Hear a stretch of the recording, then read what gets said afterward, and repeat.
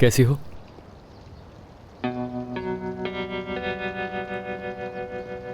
महमद। क्या आप अभी भी गाड़ी से जाने का सोच रहे हैं? हाँ बिल्कुल। तुम्हें अपना वादा तो याद है ना? मैंने वादा तो किया था, लेकिन मुझे ठीक नहीं लग रहा।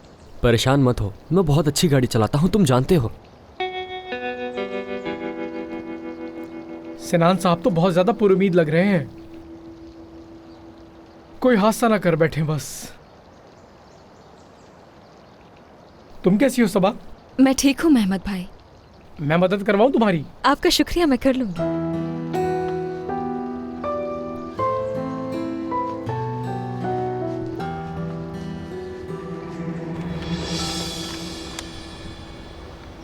कैसे किया ये तुमने?